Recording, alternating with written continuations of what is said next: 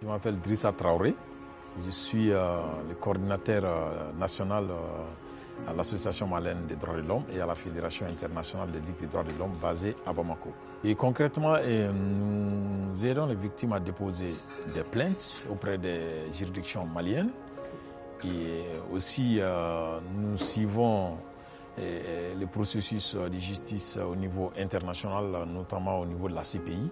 Et tout cela est aussi fait, surtout au niveau national, par la mise à disposition des avocats pro bono, des avocats bénévoles qui acceptent bien sûr d'accompagner ces victimes. L'association doit d'abord évaluer tous les besoins de la victime ou des victimes, puisqu'on s'est rendu compte que parfois ça peut paraître comme une sorte d'imposition aux victimes de les aider sous un angle soit juridique, économique, voire médical. L'importance d'abord d'évaluer leurs besoins et de leur demander leur consentement éclairé par rapport à l'assistance qu'elles souhaitent avoir. On dépose la plainte.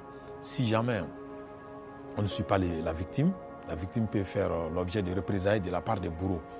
Puisque dans le contexte du Mali, il se trouve que beaucoup de bourreaux sont libres et cohabitent avec les victimes. Et si nous, on ne fait pas d'évaluation de leur sécurité, leur situation sécuritaire, les victimes peuvent être victimes de représailles. Les victimes ne connaissaient pas leurs droits. Donc il fallait les approcher. Dans le contexte du Mali, il faut souligner que la plupart des victimes sont démunies et n'ont pas les moyens de saisir la justice. Notre position étant celle qui vise à aider les victimes à accéder à la justice, qui vise à lutter contre l'impunité. Grâce aux Nations Unies, on se déplace dans les avions des Nations Unies, on va en mission, on rencontre les victimes, on prend en charge leurs préoccupations. Et aussi, étant donné qu'au Mali, actuellement, les procédures judiciaires sont à Bamako. Donc, alors que certaines victimes sont dans les régions du Nord. Et grâce au soutien des Nations Unies, on fait déplacer les victimes pour venir voir les juges à Bamako.